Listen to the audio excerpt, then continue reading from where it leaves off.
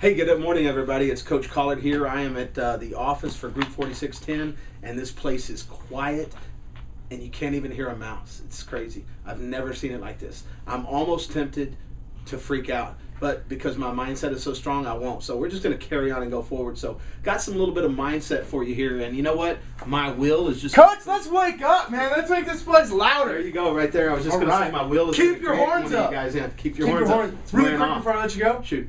This is ShortSalePowerHour.com. Kevin Kauffman, Coach Collard. You know Fred Weaver. He's outside right now. He's on the phone. Group 4610, Arizona's premier short sale team. Rock on. It's against my religion not to say that. That's remarkable, dude. That's remarkable. I believe so. So, guys, we're going to lead off. We got one more really strong session for mindset. And I'm going to actually read you some mindset stuff here. So, every so often, a truly groundbreaking idea comes along. This is one. So, mindset says this. Mindset is why brains and talent don't bring success. Mindset is how they can stand in the way of it. Mindset is why praising brains and talent doesn't foster self-esteem and accomplishment, but it actually jeopardizes those things. Isn't that crazy? How teaching a simple idea about the brain raises grades and productivity. The idea, it's a mindset that says grow rather than be stagnant. So let me go a little further. Mindset is a simple idea discovered by world-renowned Stanford University psychologist Carol Dweck in decades of research on achievement and success. A simple idea that makes all the difference. That's pretty powerful. A little bit more for you. She talks about several types of mindset. Fixed mindset and growth mindset. So mindset by itself as a single word is not the answer, because you might have a whack mindset. Or a dysfunctional mindset. Or a when I can't mindset. And here's the thing that grabbed me out of everything you just said. Talk to me. It's the simple idea that makes all of the difference. It's like Gary said, it's the only thing. Yeah. It's everything. It is everything. It makes it. She didn't say it makes part of the difference. It makes some of the difference. She said mindset makes all of the difference. What's the difference? The difference between, let's relate it to short sales, closing 90% or closing 20%. Okay, so the first being a positive difference, the second being negative. And mindset goes both ways. It goes up and down. Well, that's the growth mindset versus the fixed mindset. Or the decay. Which is fixed, because if you're stagnant, you're dying. Yeah, absolutely. We know that. So we absolutely know that. So let me read two paragraphs real quick, and then let's just go where this thing goes. In a fixed mindset, people believe their basic qualities, like their intelligence and their talent, are simply fixed traits. They spend their time documenting their intelligence, saying, hey, I got a 170 IQ. I don't even know if you can go that high. Or talent instead of developing it. They also believe that talent alone creates success without effort. Guess what? They're wrong, quote unquote. In a growth mindset, though, people believe that their most basic abilities can be developed through dedication and hard work.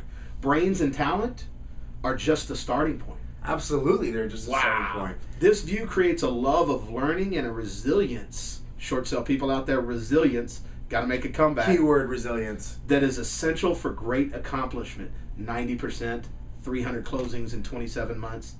Virtually all great people have had these qualities, and one of those is a growth mindset. Wow. Okay, guys, so a growth mindset. I'm always looking to expand it. Yep. Right? I'm looking to grow my mindset, my possibilities around what is available to me, right? Yep. And I'm not going into, well, this is what I know, it's predetermined, and this is all I know. I'm not going there. I'm going to a place of, no, I want to close more deals. I'm going to get past this wall. I'm resilient.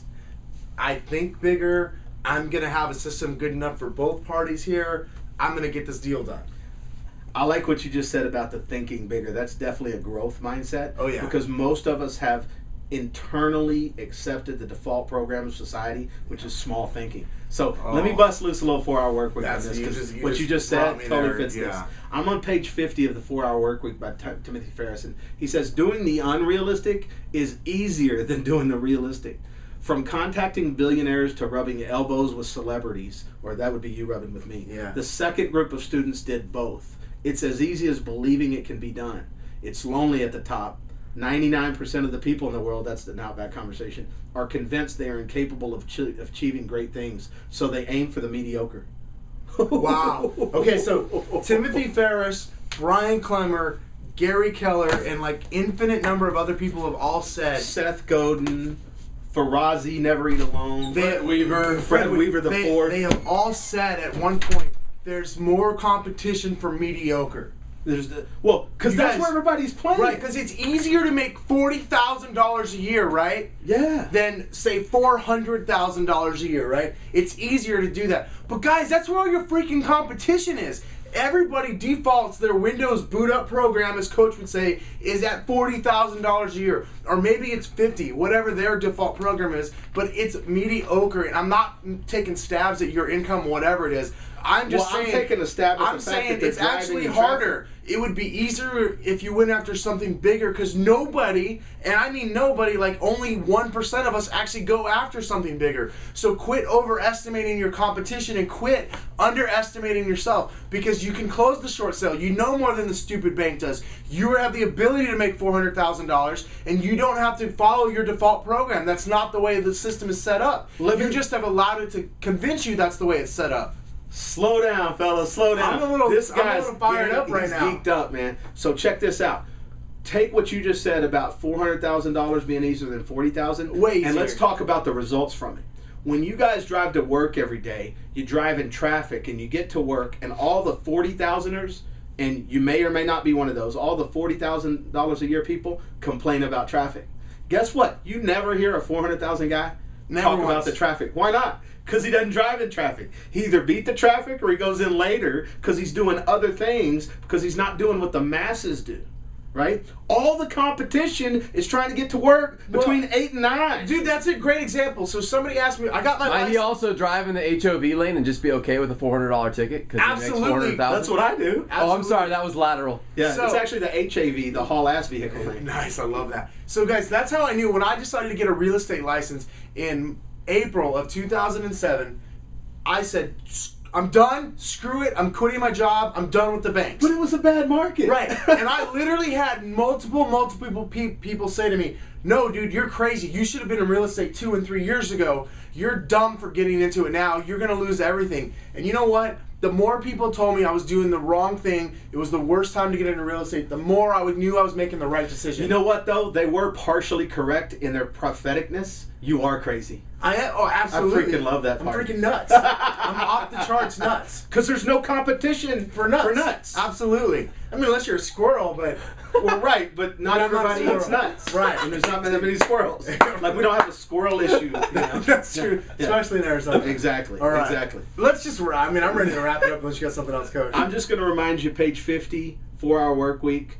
Doing the unrealistic is easier than the realistic. So true. It's not about how. It's called mindset. Put it into growth mode and game is on. True. So true. Ready? Hey, you know what? I think the Horns are going to win. Just I think figured I'd say that. 1, 2. Tres. Short sale power! Short sale power! Crush it! Like a squirrel.